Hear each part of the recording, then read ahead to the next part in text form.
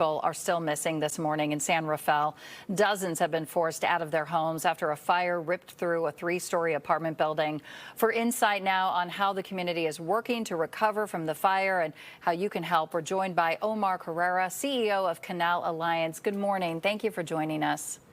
Thank you for the invitation. First of all, our hearts go out to the community there. You are such an important resource there for the community in the canal. How many people are impacted, and what are you able to do to help at this point? Thank you. Yeah, it has been a tragedy for the entire community, but the response has been amazing from the residents, the city, county, and many other organizations. They are here right now helping families transition from the shelter now to a more permanent housing.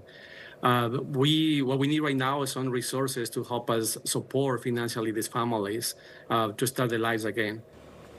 Yeah, this is going to certainly take a long time. We looked at the extensive damage. I'm sure it completely has to be torn down and rebuilt. There's not a huge amount of open housing in the area. Where are people going to be able to live? Well, I think the first step is for us is transition families from the shelter to hotels, or if we are lucky to find some more permanent housing. But yeah, finding housing is going to be the biggest challenge for us. We experienced that in 2022 when was the fire at 400 Canal. It took us almost over a month to help these families transition to more permanent housing. So we are expected it's going to be something like that. So that's why we launched the fundraising campaign, because we're going to need resources to support families during this time. Well, certainly if people are listening and they have a home or room or something available, they can reach out to you. One of my first thoughts was school just started too. How many children are impacted? Because boy, that can be so stressful for them as they start a new school year. Yeah, in this particular house, in this particular building, we only have few students, a few high school students that we are supporting and prioritizing. We had 2 babies, seniors. So we are prioritizing those groups to make sure that they can continue with education and they can continue taking care of themselves. Any word on the 2 people who are missing at this point? I don't know how involved you can be in that. Yeah, I have not heard any updates from the chief, from the fire department, but to my knowledge, they're still missing. And the structure is not very safe for them to go in. So I think it's going to take a little more time.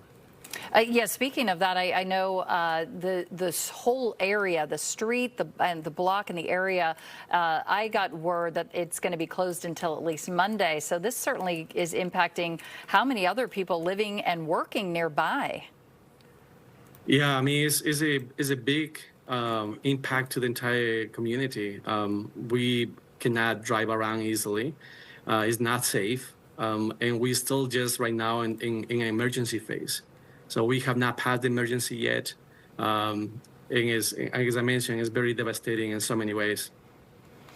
Tell us how people can help. I know you said, if people are fortunate enough to be able to make a cash donation or gift cards, maybe people can dig around and look for gift cards that they have unused that they can pass on. Any volunteer efforts that they can provide as well. What do you need?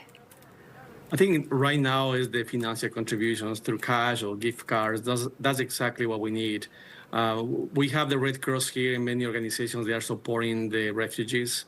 So for now, we don't need volunteers, but also if you have an ADU or you have a place to house families, please reach out to me directly, because today and this weekend, we're gonna be working with a group of case managers and finding a more permanent housing. The shelter is a very temporary structure, and by Monday, hopefully we can just transition people to a more permanent places.